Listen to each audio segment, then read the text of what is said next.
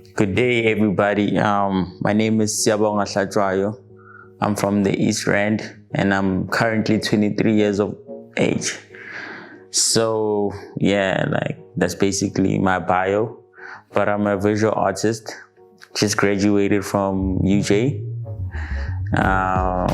What more can I tell you about myself? There's a lot actually, but I don't think we have enough time for that in this interview. So let's get on with what we actually came here for.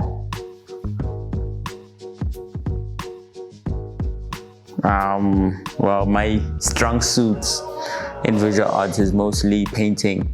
So I majored in painting and drawing. So that's what I'm actually like, those are my strengths, but I actually like playing around with different mediums as well. So when it comes to my drawings, I like creating my own frames, constructing my own frames. I buy wood, cut it, paint it, add some glass, do the whole setup for you. Just holler at me if you need any commission work done for you. Paintings as well. I like experimenting with different mediums, sculpture, photography at some point. But I think I need to get back to that. It's been a while. But right now, I'm just focusing on painting and drawing.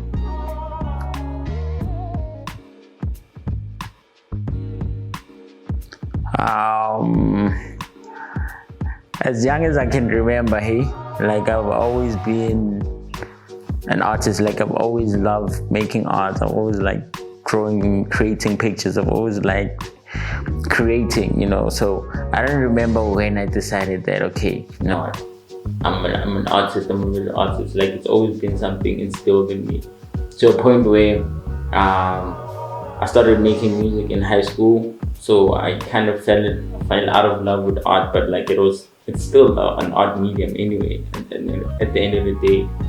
And when it came to choosing what career path I'm gonna take after high school, I actually wanted to study music, but because of the passion that I have forgotten, my mom reminded me that I'm actually I'm going astray from what I actually have been doing my whole life. So that's when I decided to go with my intuition and going into visual art, And it was something that I didn't really anticipate, because my art teacher in high school always told me to do visual art, but I wanted to do graphic design because I knew it was easy to get a job after that.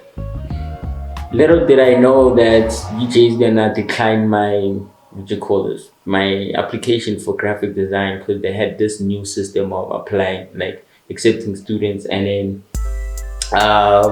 they called me after they declined and told me that there's space in visual art. Why don't I try? Aren't I interested in doing that? So I was like, shit, man, why not?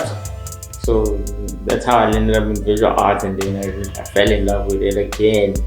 And yeah, I am right now.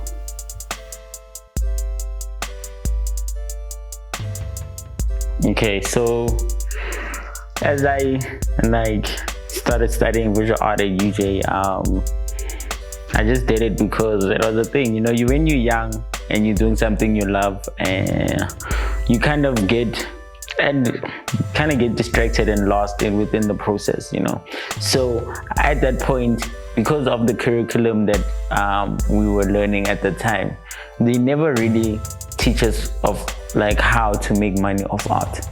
They never did. It's not part of it. And I think that was a shortfall in terms of bringing us to a next level in terms of reaching what you actually want. So the day I realized how much money I can make from art was when I sold my first art piece.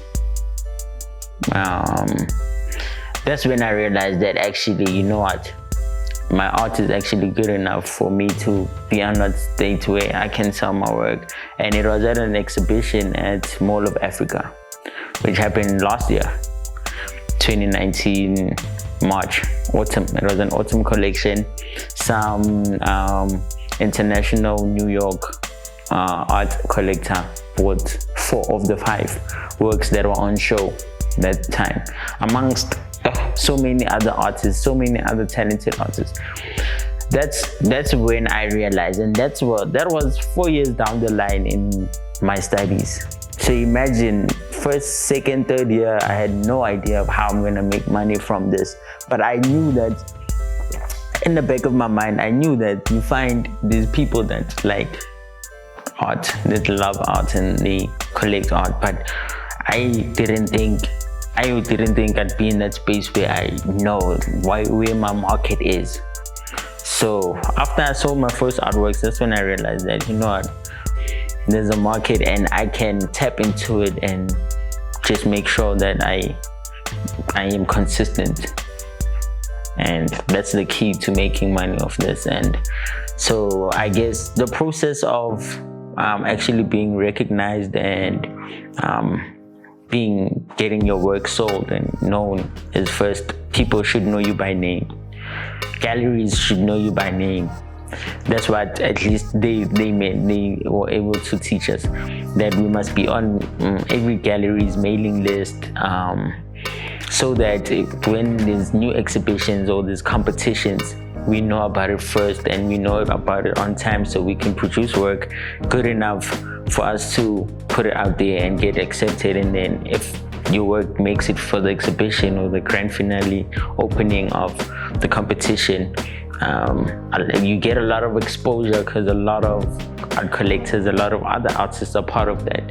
And even if you don't win the competition, your work gets on the catalog, so you can get a potential buyer, and from then on, it's history. Yeah. Well, I'd say attend a lot of art galleries, gallery exhibitions. Attend a lot of art galleries, exhibitions. Be on the lookout for a lot of art competitions, because those are the ones that get you on the block for real, like in terms of the art industry. Because when it comes to art competitions, like I said just now, when your work is good enough, your work gets published on a catalog, which then gets the attention of a lot of art collectors and a lot of art buyers, and you have the opportunity to even win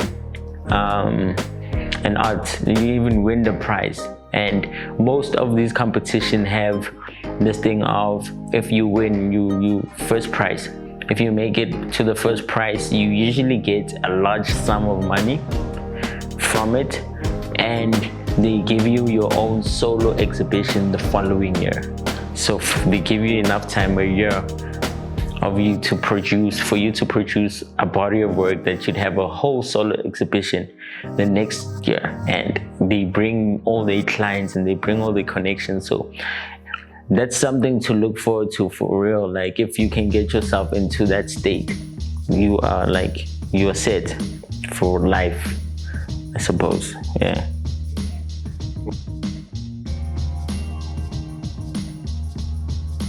So my last project was based on dreadlocks. So the whole theme was dreadlocks being a form of resistance towards white supremacist beauty standards. So I myself had dreadlocks, but I cut them off now, fresh cutted. So I'm not even gonna get into that, but like, I used myself and a lot of friends that I knew that had dreadlocks as models for my work. So I wanted to portray how people with dreadlocks are viewed in our society now in the 21st century. And I wanted to challenge the fact that you may have dreadlocks, but you may not be a Rastafari. You just like the hairstyle. It's a fashion statement. It's your crown, when in terms of that. So that was the body of work. That was how I centralized my previous body of work.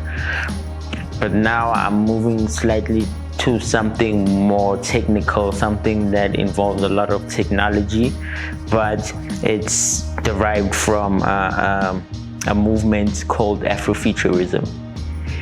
So Afrofuturism is a term coined by Mark Derry. It entails how it has a lot to do with African progress, because we have been set aback for about hundreds of years by our suppressors, you know. So it's mostly about Black progress and how we can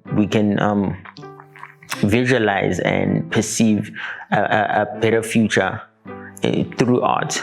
So it has a lot to do with technology and how Black people fit into that state, you know. So that's what I am researching right now and getting grips of and working towards my body of work for. So yeah, that's what I'm currently busy with right now.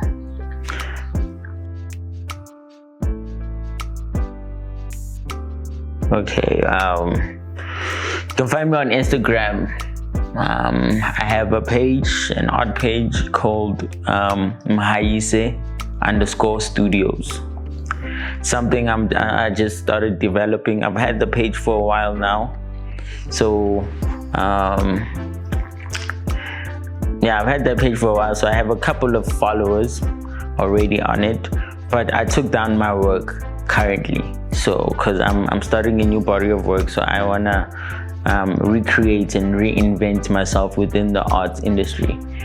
So pretty soon I'll start posting all the pictures and paintings, drawings that I've been working on, so that you guys can see what I mean about this Afrofuturism.